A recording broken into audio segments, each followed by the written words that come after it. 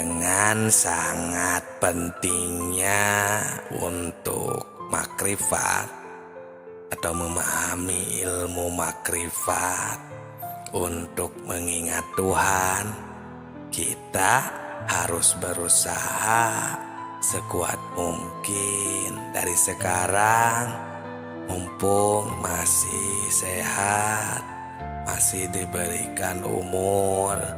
Karena kalau kita tidak makrifat, kalau kita lupa dan tidak menemukan Tuhan dari sekarang, apalagi nanti di akhirat.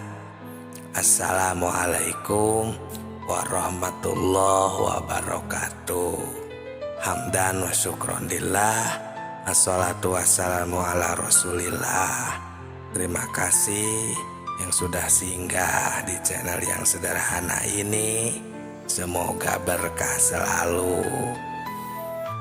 Dengan sangat pentingnya kita semua mengingat Tuhan dari sekarang dan memahami, memperdalam ilmu makrifat dari sekarang.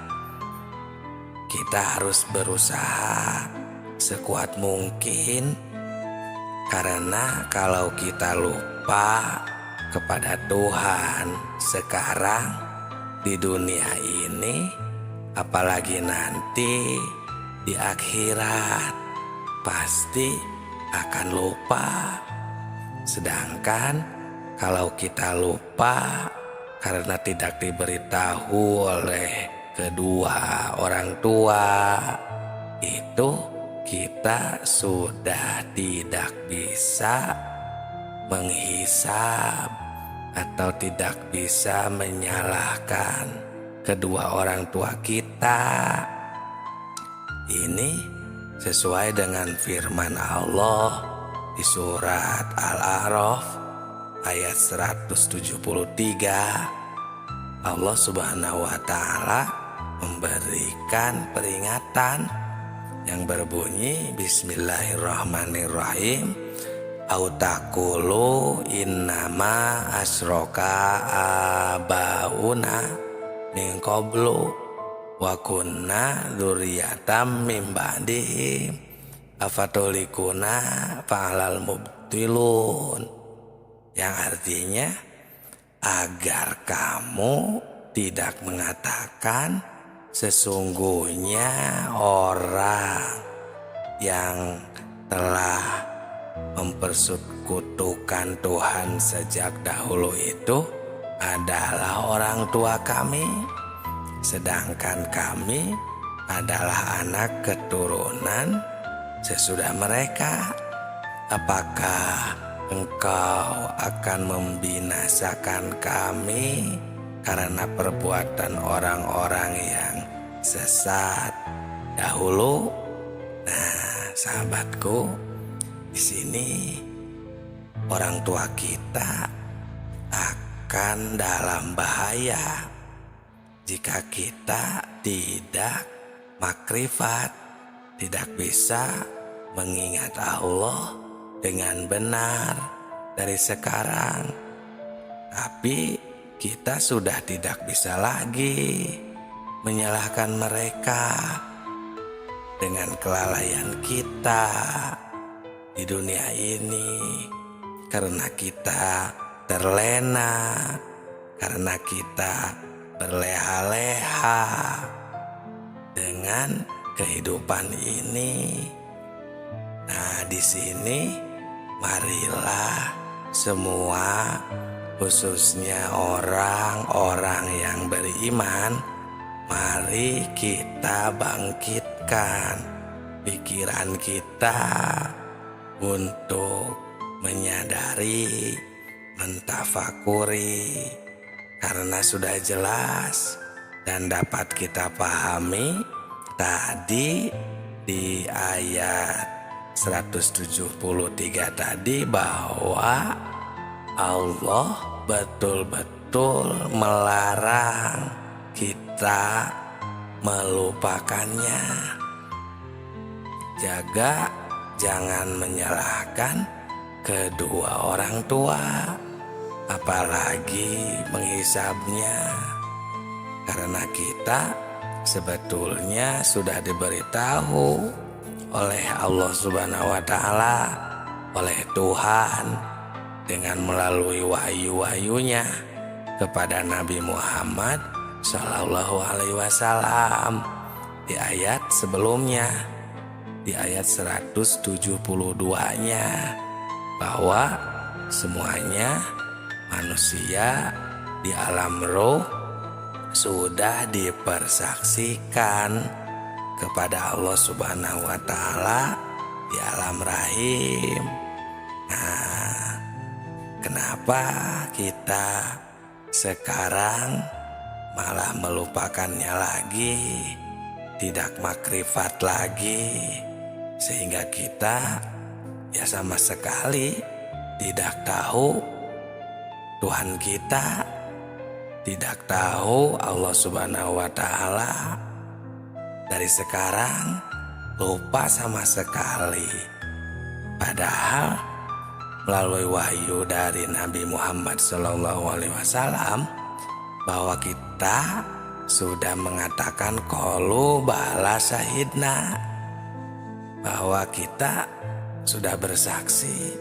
Maksudnya supaya kita nanti di akhirat jangan mengatakan lalai atau lupa kepada Allah Subhanahu wa Ta'ala. Tapi kebanyakan kenapa malah banyak yang tidak tahu sama sekali, lupa kepada Allah Subhanahu wa Ta'ala, tidak tahu kepada Allah. Dan mengerikannya lagi, malah mengesampingkan ilmu yang penting ini, ilmu makrifat. Kebanyakan orang malah berfokus terhadap dunianya, terhadap bacaannya. Jika sedang beribadah, jika sedang di luar ibadah, fokus terhadap dunianya, fokus terhadap makhluknya, ciptaannya, keindahannya, lupa kepada Tuhannya. Kenapa? Sebab kalau lupa atau lalai, ya lupa kepada Allah, ini merupakan kesalahan besar. Dan ini adalah kesalahan diri sendiri, bukan kesalahan orang tua, yang akibatnya kita akan mendapatkan kesesatan. Nah, ini yang dimaksud sesat itu jika kita tidak bisa kembali kepada Allah, tidak bisa pulang lagi nanti setelah mati maupun dari sekarang, karena tidak tahu kemana pulangnya, karena tidak tahu harus kemana pulangnya, kembalinya, jalannya, alam asal kita dari mana. Insya Allah sahabatku, sahabat tilawah semuanya, di channel Tilawah Semesta ini kita akan meneliti, berbagi maksudnya tentang ilmu makrifat, khususnya alam asal, untuk kita kembali pulang agar kita bisa bermakrifat kembali kepada Allah Subhanahu wa Ta'ala. Kenapa banyak orang yang lupa sehingga kita menjadi tersesat nanti? Ya, ini bisa banyak penyebabnya. Mungkin karena tidak mau tahu, tidak mau memperdalam tentang agama sendiri. Karena itulah kita jadi lupa, kita jadi istilahnya ketinggalan informasi, atau bahasa kasarnya mungkin ya, jadi bodoh tentang persaksian kepada Allah, bodoh tentang syahadat sejati. Nah, bodoh itu kan karena lupa itu sehingga kita jadi bodoh. Nah, sebagaimana yang ada dijelaskan di dalam kitab Sirrul Asror, di situ dikatakan penyebab buta hati adalah karena lupa. Dengan lupa kita jadi bodoh. Namun bodoh di sini dalam urusan ketuhanan. Ya, kalau urusan pengetahuan seperti pengetahuan agama maupun pengetahuan duniawi, nah, pasti itu mah pada pintar lah, kami percaya. Namun urusan ketuhanan, mengapa ya seperti itu, seolah kita jadi bodoh? Mungkin karena itu, bodoh dalam urusan ketuhanan. Setelah manusia berjanji di alam arwah. Nah, sahabatku, sahabat tilawah semesta yang kami cintai, di dalam pengertian ingat ada 3 macam. Yang pertama, ada yang mengartikan ingat itu harus banyak zikir atau wirid. Ya, maksudnya membacakan kalimat seperti takbir, tahmid, tahlil. Nah, itu macam yang pertama. Ingat itu, zikir itu ada yang jatuhnya jadi sebuah wirid. Ya, kita harus paham agar kita lebih bijaksana.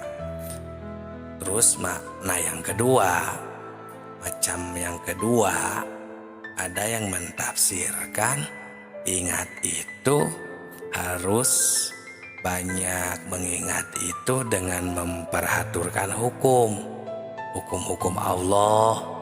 Seperti di dalam kehidupan kita sehari-hari, kita harus sesuai dengan aturan Tuhan. Contohnya, jangan mengerjakan pekerjaan sesuai dengan sekehendak hawa nafsu. Misalnya, itu makna yang kedua.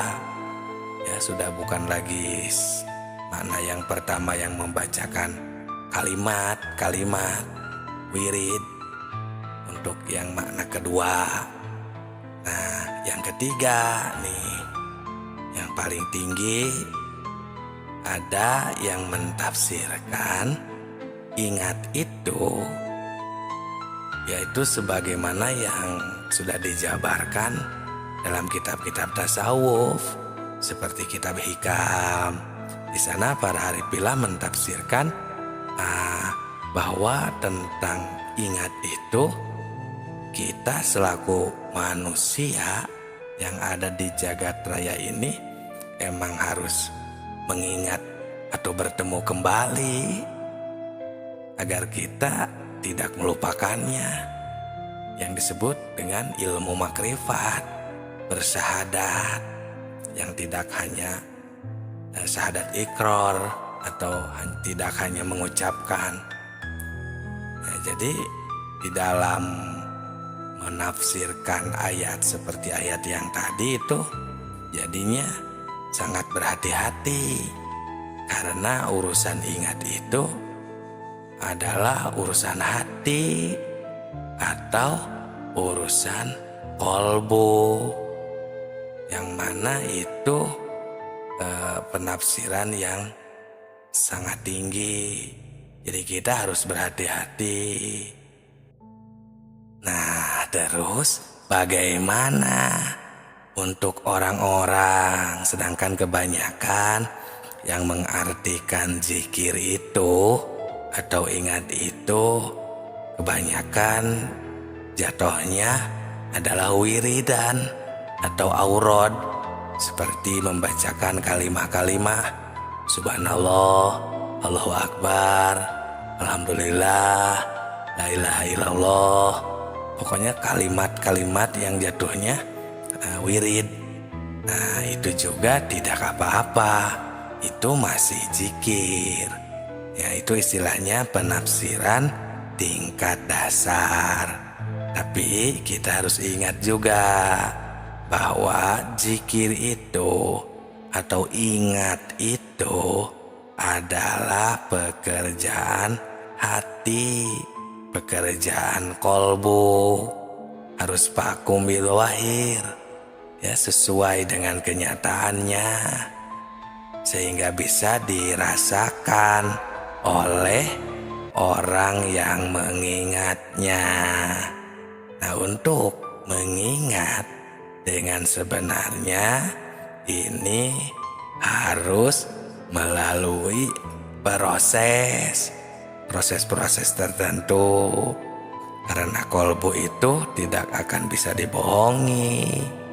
Kolbu bisa ingat cuman kepada yang sudah diketahui, sebagaimana yang sudah dijelaskan di dalam video sebelum ini. Nah, kita tidak akan bisa mengingat jika kita belum mengetahui kalau secara makna hakikat dan makna makrifat. Coba saja kita sama rasakan atau tanyalah hati kita masing-masing secara jujur, apakah bisa ingat kepada yang belum kita ketahui? Coba jawab di kolom komentar ya. Nah, ini sebenarnya jawabannya ada di dalam kolbu kita masing-masing. Untuk lebih jelasnya ada di dalam kitab ya, kami menemukan sebuah keterangan dalil di dalam kitab Sirrul Asror di halaman 80. Di situ dijelaskan wa manatijatu dzikrur ruh fahuwa musyahadatu anwari tajaliyati sifat, yang artinya yang dikatakan zikir ruh itu ialah menyaksikan tajalinya sifat. Nah, sahabatku, sahabat tilawah semesta semuanya, di dalam keterangan ini ada kalimat zikir. Di sini makna zikir bukan nyebut lagi atau yang dikatakan wirid, tapi zikir di sini ialah mengetahui atau menyaksikan.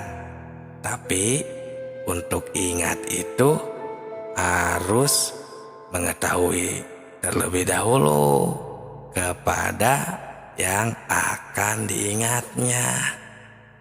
Apalagi ini urusan akidah, tauhid, ya, ilmu makrifat tentang ketuhanan.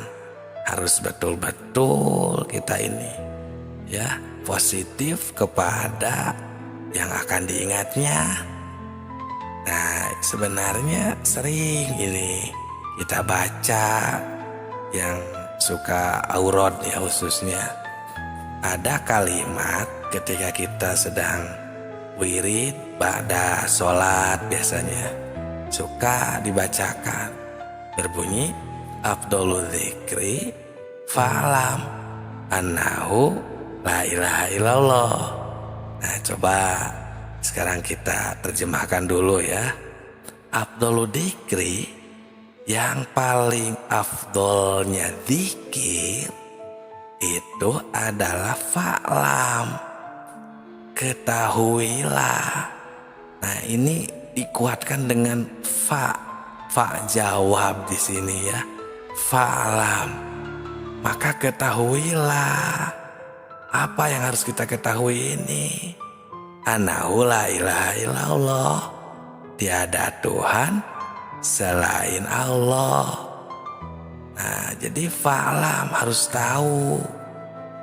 Nah, setelah tahu baru, oh iya, la ilaha illallah, tiada Tuhan selain Dia, Allah Subhanahu wa Ta'ala. Nah, di dalam kalimat ini kita semua sudah pada tahu, sering mengucapkan, lumrah di kalangan umum. Para arif billah di dalam kitab tasawuf seperti hikam ini betul-betul menunjukkan keharusan makrifat kepada Allah Subhanahu wa Ta'ala. Maksudnya supaya kita ingatnya kepada Tuhan itu benar-benar vakum bidzahir, nyata, terasa kebenarannya, terasa benarnya dengan kolbu kita sendiri. Nah, jadi bagaimana? Nah, kan tadi itu kita tajalli sifat, zikir itu, musyahadah, syahadat itu, ma'rifat itu. Nah, untuk jelasnya seperti ini. Rasakan ya, pahami dengan baik. Ya mungkin kalau yang sudah skip dari tadi atau pindah video, ya mungkin belum jodohnya ya. Nah, ini yang masih setia, spesial untuk sahabat tilawah semua yang mendengarkan, masih menyimak. Contohnya seperti kita sedang melihat atau merasakan lah ya, memakan atau pokoknya tentang kita sedang apapun ya, per jam, per menit, per detik kita di dalam beribadah maupun di luar ibadah, dalam kegiatan kita sehari-hari. Nah, salah satu contoh sedang makan, contohnya makan gula yang manis, karena gula itu kan manis, tidak ada gula yang pedas atau yang asin, jarang ya. Gula itu pasti manis. Contoh nih, ketika kita sedang memakan gula, jadi kita harus menemukan ya, makrifat, mengingat ketika kita sedang makan gula kan tadi contohnya. Jadi kalau yang masih buta atau tidak mengingat Allah, yang makan gula biasanya. Yang ingat, yang ia fokus, yang ia temukan, yang ia saksikan, ya gula yang rasanya manis. Itu kan berarti polos istilahnya ya. Tidak mengingat Tuhan, tidak makrifat kepada Tuhan. Nah, harusnya kita menemukan Tuhan ketika kita sedang memakan gula manis tersebut. Bagaimana prosesnya? Seperti ini. Gula itu kan manis, tapi gula tidak bisa menciptakan manis, dan manis pun tidak bisa menciptakan gula. Tapi Allah lah yang menciptakan gula, dan Allah lah yang menakdirkan, menghendaki manis di dalam gula tersebut. Timbul ya Qadir, hei zat yang menakdirkan. Ada Allah ternyata yang sedang menakdirkan manis terhadap gula. Nah, timbul ya Qadir. Qadir itu kan identiknya atau talazumnya itu dengan sifat kudrot. Salah satu dari sifat 20 kan tajalli sifat nih. Nah, terus sifat ma'ani itu kudrot yang tidak akan berpisah dengan zatnya. Jadi kita tidak hanya kepada namanya saja, dan kita benar-benar menemukan Allah Subhanahu wa Ta'ala ada ketika kita sedang memakan gula. Nah, jadi tidak hanya mengingat namanya, tapi menemukan zatnya. Bagaimana? Bisa dipahami? Kita jangan berprasangka bertemu dengan Allah itu seperti bertemu dengan makhluk yang mana ada warna, misalnya cahaya atau bentuk, ya sebagaimana makhluk rupa. Bukan kan, Allah itu mukhalafatun lil hawadisi, berbeda dengan makhluknya, dengan semua ciptaan yang baru, tidak ada yang menyerupainya. Jadi jangan kita ini berprasangka bertemu itu kita ini melihat sebuah bentuk, rupa, warna misalnya. Bukan.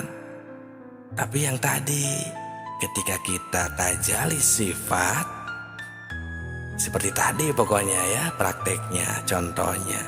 Nah itu kita bertemu, menemukan, bersaksi kepada Allah Subhanahu wa Ta'ala. Karena untuk ingat kepada Tuhan ini kan tadi harus memakai perasaan yang mendalam, ceritaan yang jujur, ya sesuai dengan bukti. Bukti ketika kita memakan gula yang manis, kita menemukan Tuhan, bersaksi kepadanya. Beliau sedang menghendaki, menakdirkan manis terhadap gula tersebut.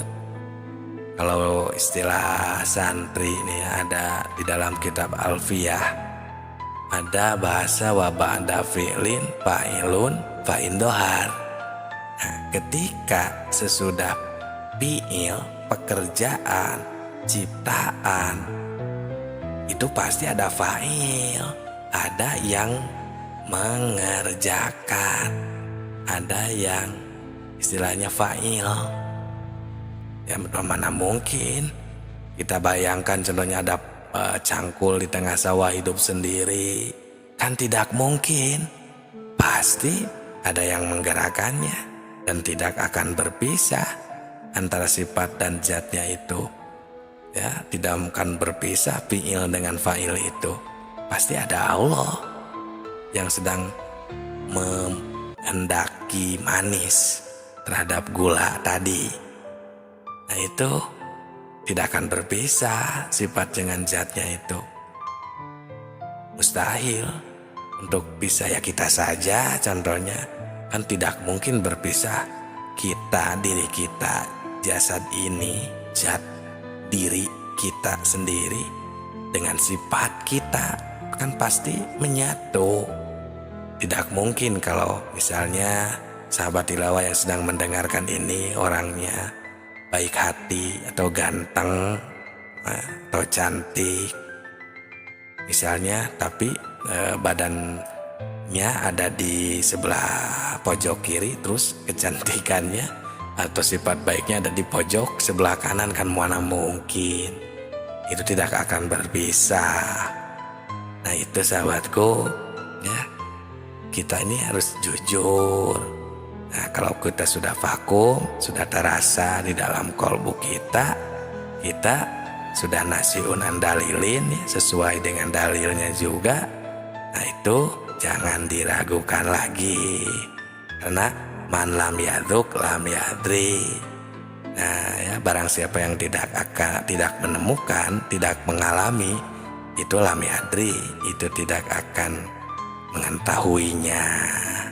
Semoga bermanfaat. Jangan sungkan jika ada yang mau ditanyakan di kolom komentar saja.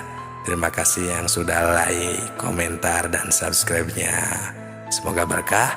Salam tilawah semesta.